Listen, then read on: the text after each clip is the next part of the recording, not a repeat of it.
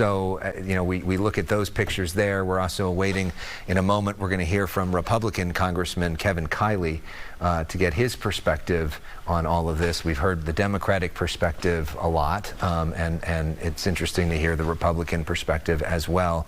It looks like there's a bit of movement at the top of that screen.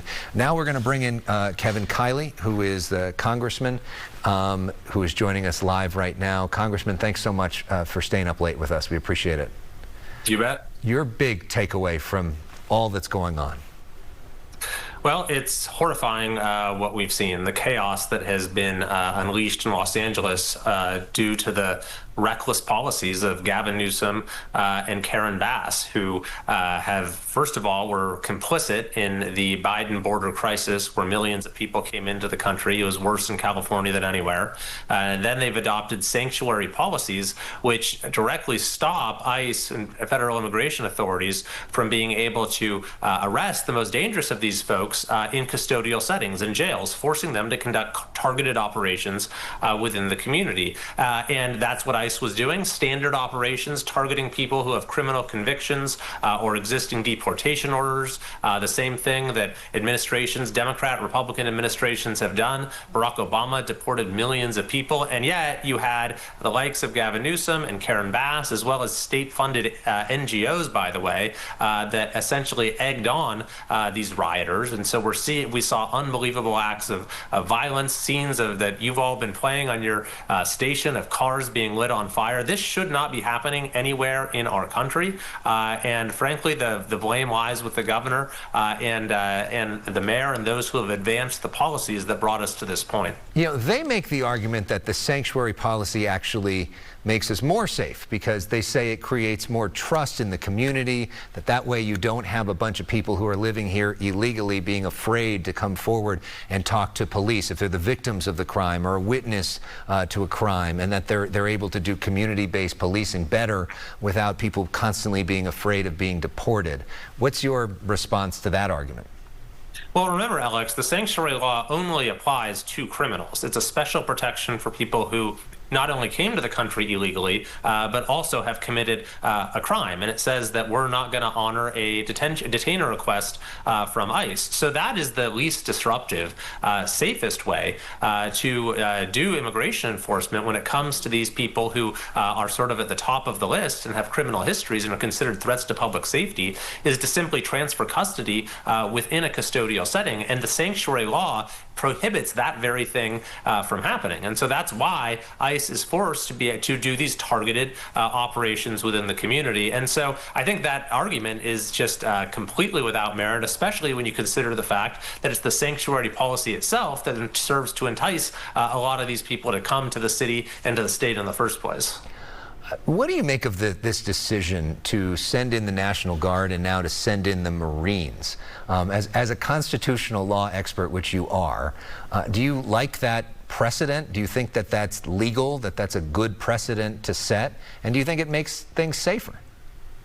Well, the problem is that the governor refused to act. You know, the governor has sent in the National Guard himself in many circumstances in California. He, when he wanted to make it look like he was doing something about the open-air drug markets in San Francisco, he said, I'm sending in the Guard there. And so clearly this was a situation that required reinforcement, but the governor refused to act. And so the president, as commander-in-chief, it is his prerogative. He has the constitutional authority. He has the statutory authority. When you have actions like this that are targeting federal officials, that are actively interfering with the ability of federal officials to do their job and to carry out their operations, then he has the authority, and he made the decision as commander-in-chief that this was what was necessary to protect public safety and to restore order. What do you make of this back and forth that we're seeing right now, which seems to be intensifying between Governor Newsom and President Trump? Governor Newsom saying, arrest me, to Tom Homan. President Trump suggesting maybe we should arrest him. He kind of did that with a smile. Governor Newsom saying that President Trump is a stone-cold liar about a lot of different things. The president calling Newsom new scum, saying it's a horrible, incompetent. I mean, is this bad for the state of California, for the people of California, the two of them going at it? Well, it's certainly bad for Newsom to be trying to create this conflict. And I watched your interview with him, or at least some of it earlier, Alex, and he just came across as totally unhinged to me. It's like he understands that now everyone is seeing what we in California have been experiencing for a long time, granted at a much larger scale. But the sort of lawlessness that we see in Los Angeles, actually people have to live with some version of that in their daily lives all too often, with the out of control crime that we've had in places like LA and San Francisco. But when it comes to Newsom and his antics, I mean, he's spending more time on social media trying to, troll other politicians than he seems to be spending managing the situation. Like, I'll give you one example.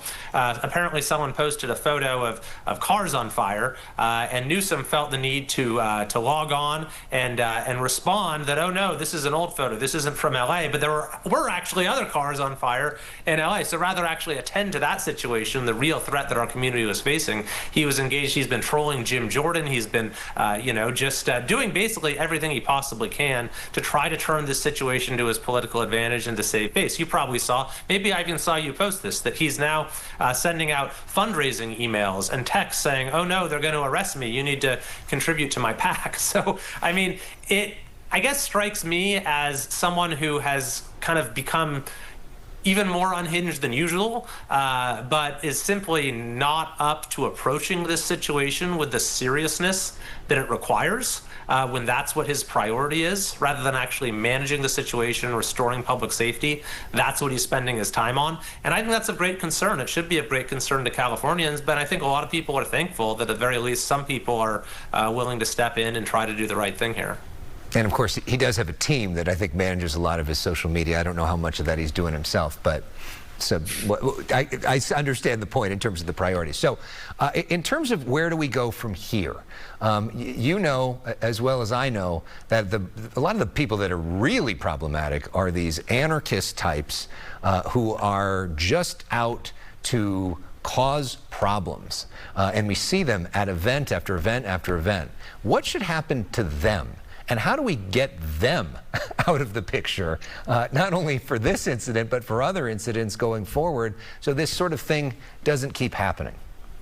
Well, that's a great point, Alex. And, why are these people available to go and show up at whatever the riot of the day is? Well, it's because a lot of them have been released from prison early under California's early release laws, and we don't have adequate penalties for those who commit serious crimes. That's why when these NGOs that track the movements of ICE say, oh, they're going here, they're going here, show up, cause trouble, there are people out there that are willing to do just that. So California needs to toughen its criminal laws. Frankly, I think there's probably room for greater penalties when it comes to federal law as well, when we're talking about people who are inciting riots or who are actively interfering with federal operations or targeting federal officials. And lastly, are you in D.C. now, I'm assuming, because you guys are in session now? Is this something that people are talking about from other states, I imagine? What are people saying to you about what's happening in California? Oh, certainly. I mean, people are saying, what is going on with your state? They say, we knew things were bad in California from the perspective of crime and public order and many other things, but they're like, this is something that's absolutely beyond the pale. And no one is buying this narrative that Gavin Newsom is trying to concoct, that somehow it was the arrival of the National Guard itself that caused the problem. I mean, you've been reporting on this the last several days. The Guard didn't arrive until yesterday, and you know what happened well before that. But in fairness, President Trump also claimed that the Guard solved the problem before the Guard arrived. So that wasn't exactly great either. Well, I don't know what that reference was, but the fundamental issue he here put out is, a press release saying, thank the Guard for doing a great job, and they didn't arrive for 6 hours after that.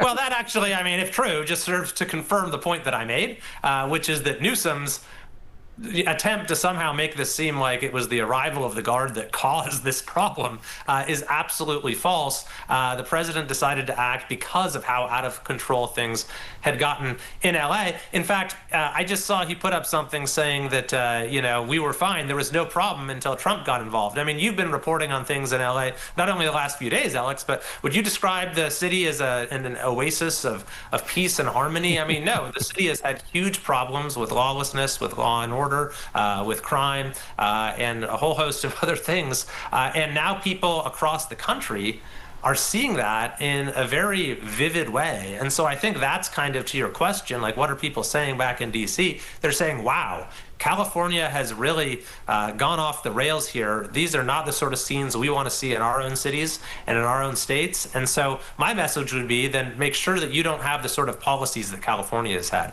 Don't have an open border. Don't be sanctuary jurisdictions. Don't let criminals out of prison early. Don't fund NGOs that are, going around trying to incite lawless behavior. And don't use the sort of incendiary, inflammatory rhetoric.